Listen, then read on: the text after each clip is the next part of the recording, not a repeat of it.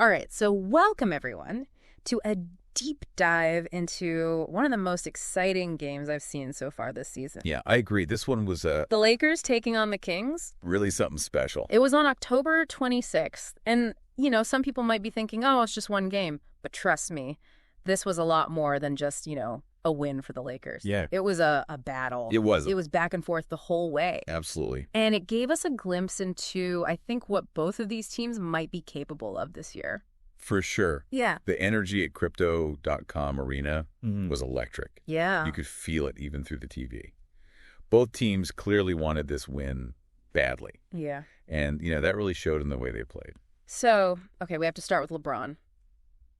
I mean, the guy put up a triple-double. Oh, yeah. 32 points, 14 rebounds, 10 assists. It's like he's found the fountain of youth or something. No. Are we sure he's not secretly a time traveler? He's definitely defying Father Time, that's for sure. But what's really interesting here is that it wasn't just about him racking up stats. It was about how he controlled the entire flow of the game. Think of him like a chess grandmaster, always thinking a few moves ahead, setting up his teammates. Wow. Dictating the pace. And the Lakers, to their credit, they played right into that. Their whole strategy seemed to revolve around leveraging LeBron's experience and his ability to just make everyone around him better. Yeah, but let's not forget the Kings pushed them every step of the way. Sabonis was a monster out there. Oh, yeah. With his own triple-double, 29 points, 12 rebounds, 10 assists. He was giving LeBron a real run for his money in that triple-double department. For sure. What made him so effective against a team like the Lakers? Yeah, we've seen Sabonis put up big numbers before, but in this game, it was different. He wasn't just scoring. Right. He was dissecting the Lakers' defense with his passing. The way he was spreading the ball around, finding cutters, creating open shots for his teammates, it was like he had unlocked a new level in his game. Remember earlier in his career, when he was primarily known as a back-to-the-basket scorer? This game felt like a real evolution of his skill set. And De'Aaron Fox, we can't leave him out of the conversation. Yeah. 28 points, 10 assists. His speed and scoring kept the Kings in striking distance. Absolutely. He and Sabonis together were a serious problem for the Lakers. Oh, yeah. Fox's ability to penetrate and either finish at the rim or dish it out to an open teammate put constant pressure on the Lakers' defense. Yeah. They had to account for his explosiveness. Right. And that opened up opportunities for Sabonis and others. Before the season started, a lot of analysts weren't sure if the Kings would even be a playoff team. Really? But if they continue to play like this with this kind of chemistry and firepower, they could be a real dark horse contender in the West. Yeah, I think so too. Oh. Okay, back to the Lakers for a second because we have to talk about that incredible 21-0 run they went on in the fourth quarter. Oh, man. It felt like they flipped a switch and just took over the game. Was that all LeBron or did other players step up? Well, it's never all about one player. Right. Even someone as great as LeBron. Anthony Davis was a beast in his own right. He was. Putting up 31 points and 9 rebounds. But I think what really stood out during that run was the contributions from Austin Reeves and D'Angelo Russell. Yeah, Reeves especially seemed to be everywhere. Reeves brings this incredible energy and hustle that's just infectious. He's not afraid of the big moment.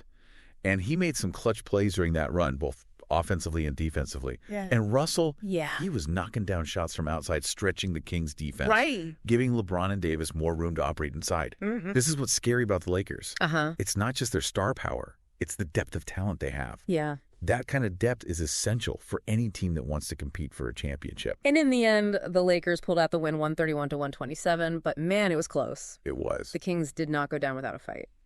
So, thinking back on this game, what makes it stand out in your mind? I think what's fascinating about this game is that it wasn't just a showcase of individual talent. It was a clash of styles. Of strategies. And of two teams with something to prove. The Lakers, with their veteran experience and championship pedigree, showed that they're still a force to be reckoned with. Yeah. But the Kings, with their youth, their energy, and their never-say-die attitude, they made a statement, too. They're not just happy to be here. They're coming for the throne. For sure. They want to win it all. Even when the Lakers went on that huge run, the Kings never really seemed out of it. Yeah, I know, it's true. They kept fighting back. They kept making it interesting. That resilience really stood out to me, too. They didn't let the Lakers' star power or that big run intimidate them. Right. It felt like they truly believed that they could win. Exactly. They weren't just playing to keep the score close. They were playing to win. Right. And that speaks volumes about the culture that Coach Brown is building there. Yeah. They're not afraid of anyone, and they're not going to back down from a challenge. Speaking of Coach Brown, his strategies seem to be working. I mean, the Kings ball movement was really impressive. They were constantly finding the open man, swinging the ball around the perimeter, and making the Lakers work on defense. It's like they were playing a game of hot potato with the basketball, but in a good way. Right. They were so unselfish, always looking for the best shot, not just settling for the first decent look. Yeah. And that kind of offensive flow can be really demoralizing for a defense. Yeah. You can't relax for a second because the ball is moving so quickly, and you never know where the next shot is coming from. Okay, so we've talked about the big stars, but every great team needs those unsung heroes, you know? Right. Those players who might not fill up the stat sheet but still make a huge impact. Were there any players like that who stood out to you in this game? Oh, absolutely.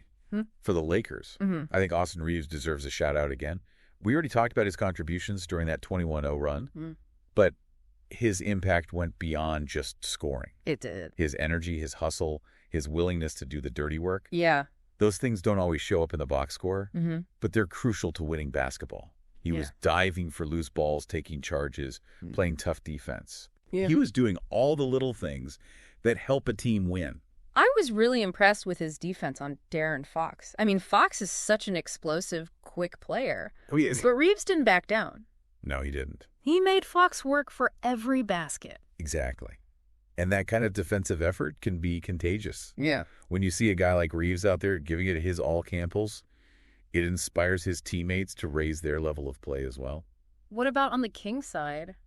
Any unsung heroes for them? Keegan Murray was really solid for them, especially on the defensive end. Yeah. He had the tough assignment of guarding Anthony Davis. Oh, yeah. And while Davis still had a big game, Murray made him work for everything. He did. He used his length and athleticism to contest shots. He battled for rebounds, and he didn't let Davis bully him in the post. It was a really mature performance from a young player. That's a great point. Sometimes it's not about completely shutting down a superstar like Davis. Right. It's about making him take tough shots. Yeah! Making him uncomfortable and disrupting his rhythm. It sounds like Murray did a good job of that. He did. And that kind of defensive effort can have a ripple effect throughout the game. If Davis isn't getting easy buckets, it forces the Lakers to work harder for their points, and it opens up opportunities for the Kings to get out in transition and score easy baskets of their own. Okay, so we've talked about individual players, but what about the coaches? Any strategic moves or decisions that jumped out at you?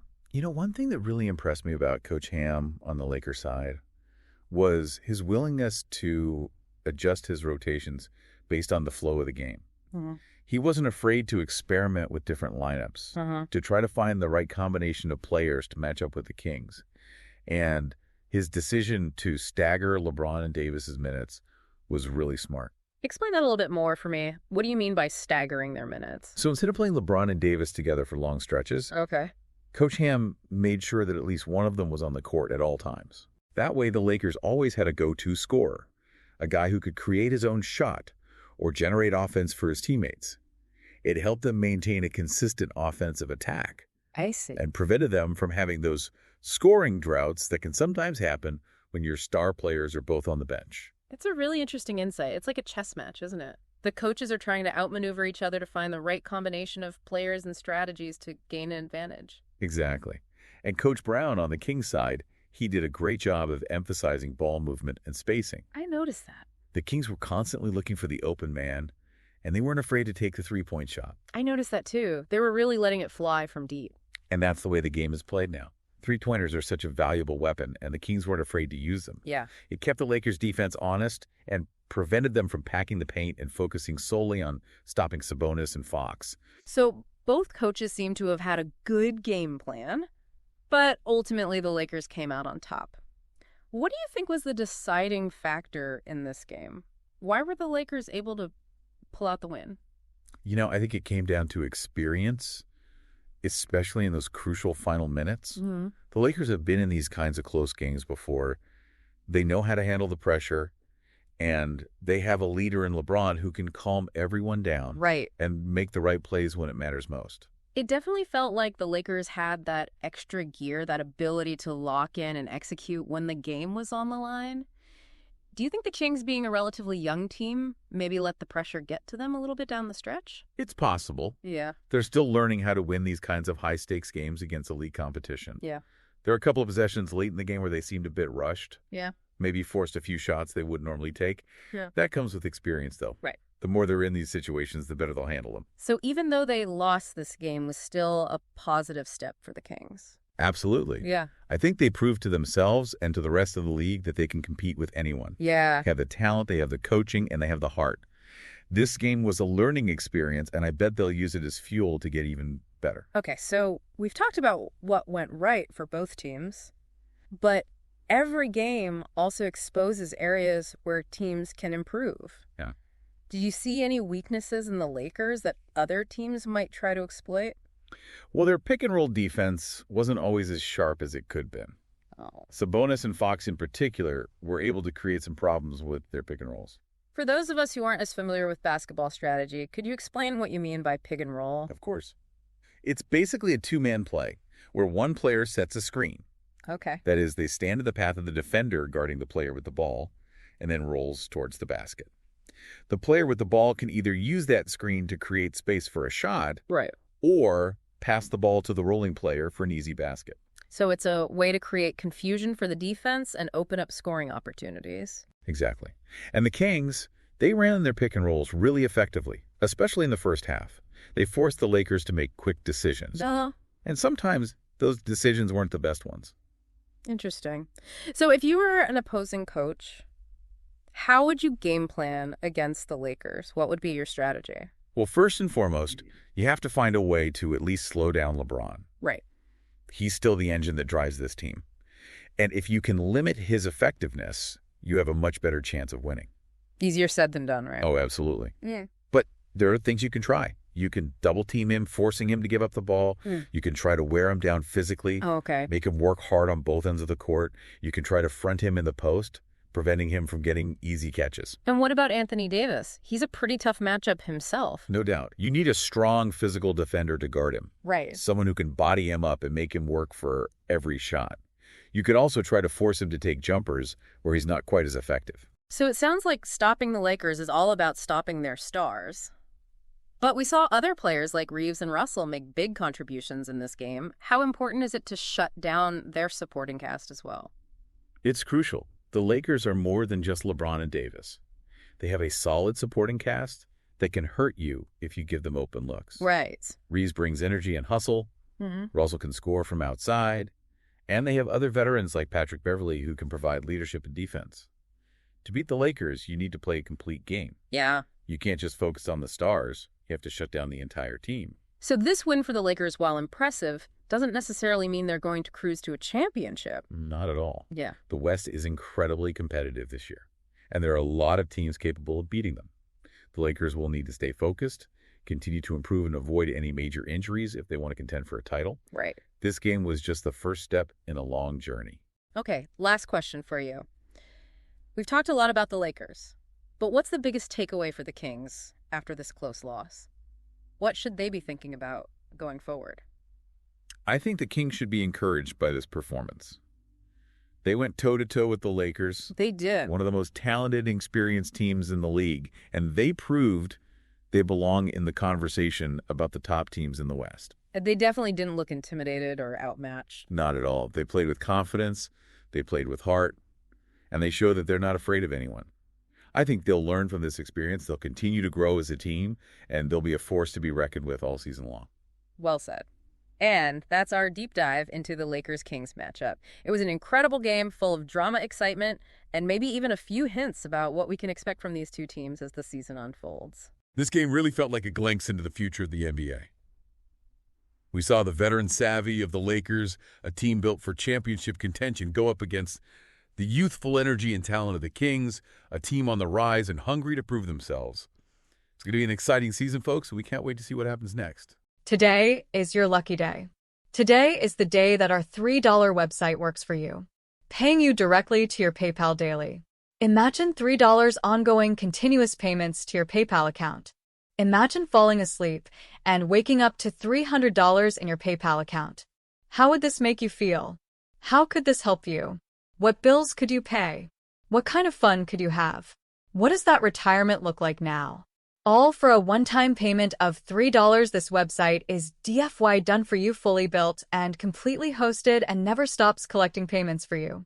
You have spent $3 on coffee on a regular, but that coffee won't help you create multiple streams of income. Click the link below.